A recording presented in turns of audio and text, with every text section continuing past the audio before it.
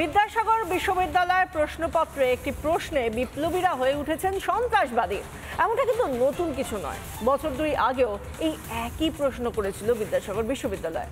বারবার যদি একই ভুল হয়, সেটা কি ভুল থাকে? বলা যায় এটাকে অনিচ্ছাকৃত ভুল, নাকি ইচ্ছাকৃতভাবে এই ভুল করে স্বাধীনতা সংগ্রামীদের শুধুমাত্র সন্ত্রাসী বলে দাগিয়ে দেওয়ার চক্রান্ত?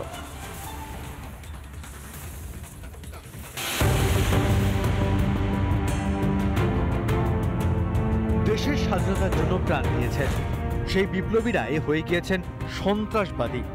সৌজন্যে মেদিনীপুরের বিদ্যাসাগর বিশ্ববিদ্যালয়ের ইতিহাস বিভাগ স্নাতকোত্তরের পরীক্ষার প্রশ্নে বিপ্লবীদের বলা হয়েছে সন্ত্রাসবাদী।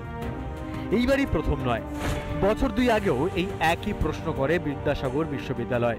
2023 সালের এই বিদ্যাসাগর বিশ্ববিদ্যালয়ের 6th সেমিস্টারের ইতিহাসের প্রশ্ন, যেখানে খুব পরিষ্কারভাবে একই প্রশ্ন করা হয়েছে 11 দাগে। মেদিনীপুরের 3 জন জেলা ম্যাজিস্ট্রেটের নাম করো যারা সন্ত্রাসবাদীদের হাতে নিহত হন। এখানে কিন্তু স্ট্যাম্পও রয়েছে। এবছর প্রশ্ন প্রকাশ্যে আসতেই শুরু হয়েছে বিতর্ক। সাফাই দেন উপাচার্য।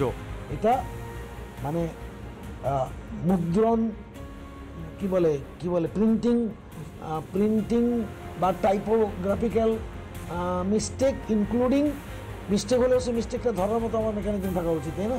কেউ না কোনো ব্যক্তির অসাবধানতার জন্য এটা ইংরেজির সঙ্গে বাংলার পার্থক্যটা হয়েছে। কোথাও কোনো ভুল হয়নি, এটা করা হয়েছে, এটা পরিকল্পিতভাবে করা হয়েছে। বাংলার বিপ্লবীদের সন্ত্রাসী আখ্যা দেওয়া হয়েছে।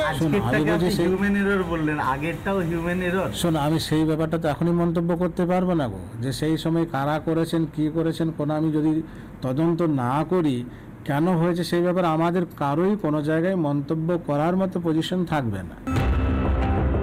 বারবার ভুল, বারংবার বাংলার বীর বিপ্লবীদের অপমান, এটা কি পরিকল্পিত?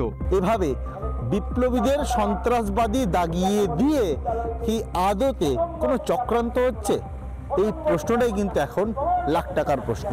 বিদ্যাসাগর বিশ্ববিদ্যালয় থেকে ক্যামেরা পার্সন মৃন্ময়ের সঙ্গে সুদীপ্ত, রিপাবলিক বাংলা। নানা ধরনের কন্টেন্ট দেখার জন্য লাইক করুন, শেয়ার করুন আমাদের ফেসবুক পেজ, সাবস্ক্রাইব করুন আমাদের ইউটিউব চ্যানেল। পাশাপাশি অন্যান্য ব্রেকিং নিউজের জন্য অবশ্যই চোখ রাখুন রিপাবলিক বাংলায়।